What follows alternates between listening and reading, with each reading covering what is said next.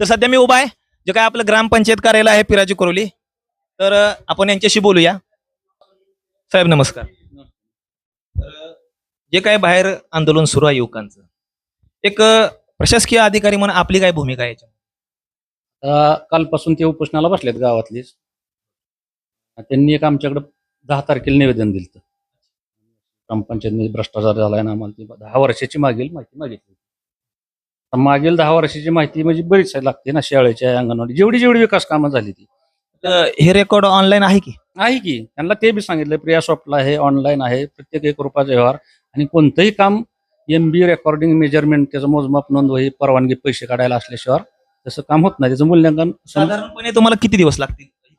नाही, 1 महिना तरी मुदत लागणार आहे. 10 वर्षाचा रेकॉर्ड काढायचं म्हणलं लगेच होत नाही. सगळी हित आहेत असं नाही. ते 1 महिना उपोषणाला बसतील? नाही त्यांना आम्ही उपोषणाला बसू नका म्हणून रिक्वेस्ट केली, विनंती केली, लिखी दिलंय आम्ही सरपंच ग्रामसेवक अशाने की तुम्ही उपोषणात सोडा, तुम्ही उपोषण, आम्ही माहिती तुम्हाला द्यायला तयार आहे.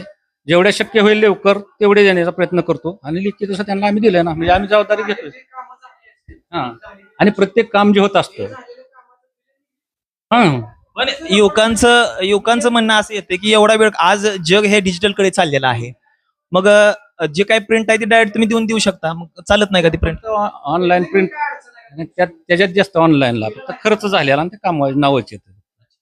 आता सही कोणी केली हे सगळं तुम्ही डिटेलमध्ये त्यांना पाहिलं असलं कामाचं मूल्यांकन असतं, एस्टिमेट असतं, वर्क ऑर्डर असतं, काम पूर्ण झालेलं दाखला. त्यांनी 10 वर्षाची मागितली ना, जेवढं उपलब्ध आहे त्याच्यासाठी त्यांना आम्ही मुदत मागितली ना. त्यांना आम्ही विनंती केली, व आम्हाला एवढी माहिती मागितलीच तुम्ही 10 वर्षात, तरी थोडंसं 5 वर्षाची काढायचं म्हणजे साधा तुम्ही माहिती अधिकार दिला तर त्याला 30 दिवसाची मुदत राहते.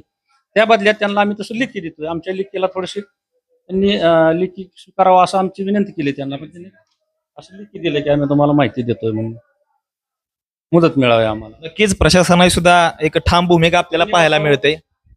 त्यांनी बसावं, त्यांच्या आरोग्याची काळजी घेतलेली आहे, बसू नये असं आमचं काम आहे त्यांना म्हणणं.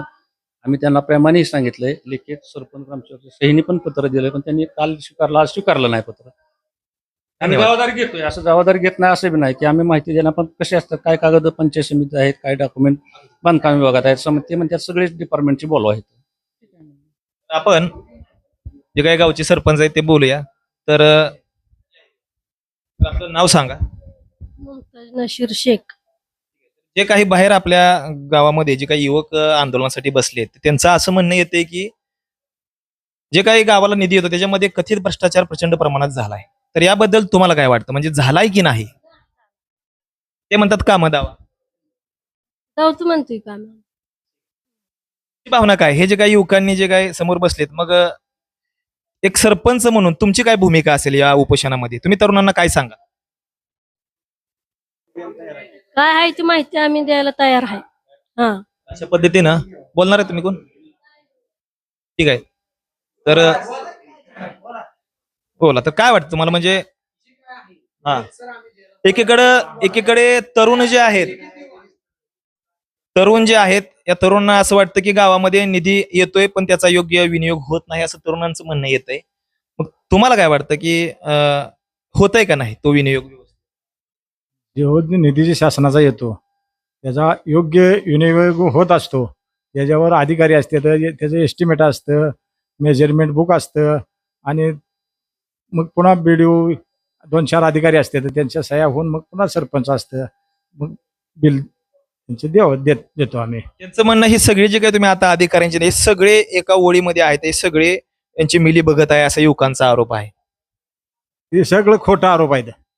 हा, आणि जे आताच्या जी काय माहिती मागितली ती माहिती आम्ही द्यायला तयार आहे. एक बातमी मला अशी मिळाली की पालखी तळावर जी काही खोली बांधलेली आहे पालखी तळावरती, त्या एका खोलीसाठी 10 लाख रुपये खर्चण्यात आले असं काही युवकांचं म्हणणं येत आहे. चुकीची माहिती, खोटा आरोप आहे.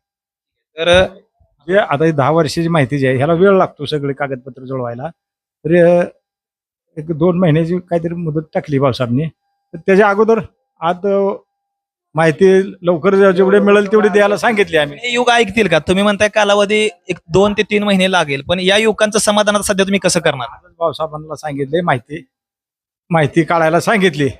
माहिती काढायचं भाऊसाहेब आता चालू करतात आणि त्यांना आम्ही एक पत्र दिलं की तुम्ही उपोषण मागे घ्या, तुम्हाला सर्व माहिती मिळेल. जे काही ग्रामपंचायतीने जे काही ग्रामसेवक आहे त्यांना जो काही लेखाजोखा आहे हे सादर करण्याचे आदेश दिलेत. तर या आपण बाहेर, तर नक्कीच पाहूया पुढे जाऊन या आंदोलनाचं स्वरूप काय होतंय